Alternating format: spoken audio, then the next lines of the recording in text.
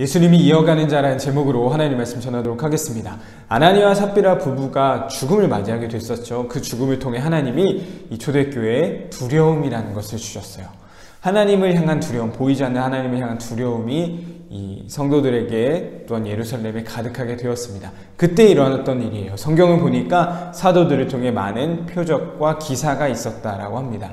한마디로 사도들의 손을 통하여 수많은 기적적인 일들이 일어났다라는 거죠. 어떤 일들이 있었을까요? 16절에 이렇게 나와 있어요. 예루살렘 부근에 수많은 사람들도 모여 병든 사람과 더러운 귀신에게 괴로움 받는 사람을 데리고 와서 다 나음을 얻으니라. 사도들이 병을 고쳐주고 귀신을 쫓아주었다라는 거예요. 그런데 어느 정도로 이것이 많이 일어났을까요? 15절에 이런 표현이 있어요. 병든 사람을 메고 거리에 나가 침대와 요 위에 누이고 베드로가 지날 때에 혹 그의 그림자라도 누구에게 덮일까 바라고. 병든 사람을 데리고 가서요, 사도들에게 직접 고침을 받고 안수를 받고 이야기를 듣는 것, 그것조차도 아니고 그냥 사도의 그림자라도 날 지나간다면 내가 나을 수 있어 라는 생각이 들 정도로 수많은 기적이 일어났던 것이죠. 그런 기적은 어떤 결과로 이어졌는지 나오고 있습니다. 14절 말씀이에요. 믿고 주께 나오는 자가 더 많으니 남녀의 큰 무리더라.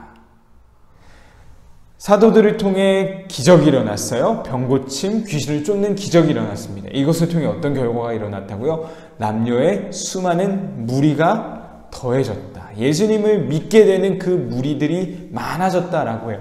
성경에서 무리라고 표현하는 건요, 정말 수천 명의 사람들, 아니 그보다 더 많은 사람들을 의미하는 거예요.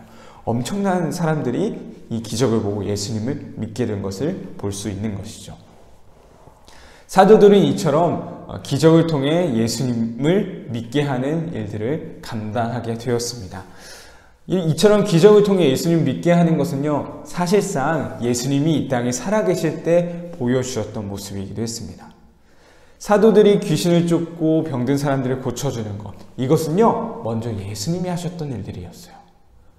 예수님의 사역을 크게 세 가지로 나눌 수 있죠. 가르쳐 주시고 전파하시고 고쳐주시는 일, 병 고쳐주시는 일. 그만큼 예수님이 참 많은 이 병자들, 귀신 들린 사람들을 고쳐주셨어요. 그리고 그 사람들이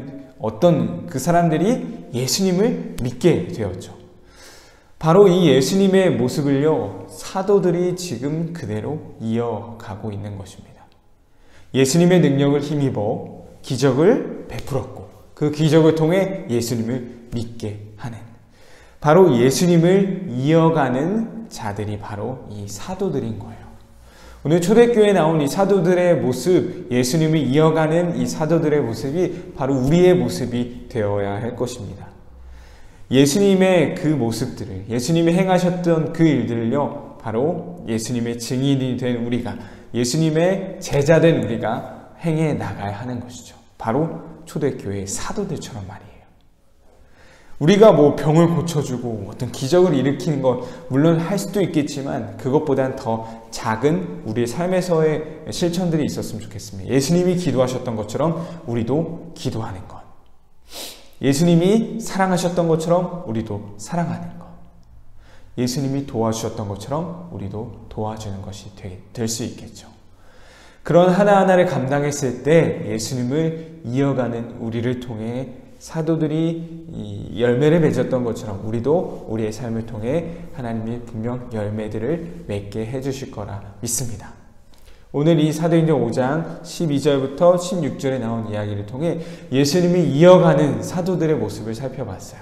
예수님이 이어가는 모습이 바로 우리의 모습임을 기억하며 예수님을 닮아가는, 그 예수님을 따라가는 우리 초등부 친구들에게 간절히 소망합니다.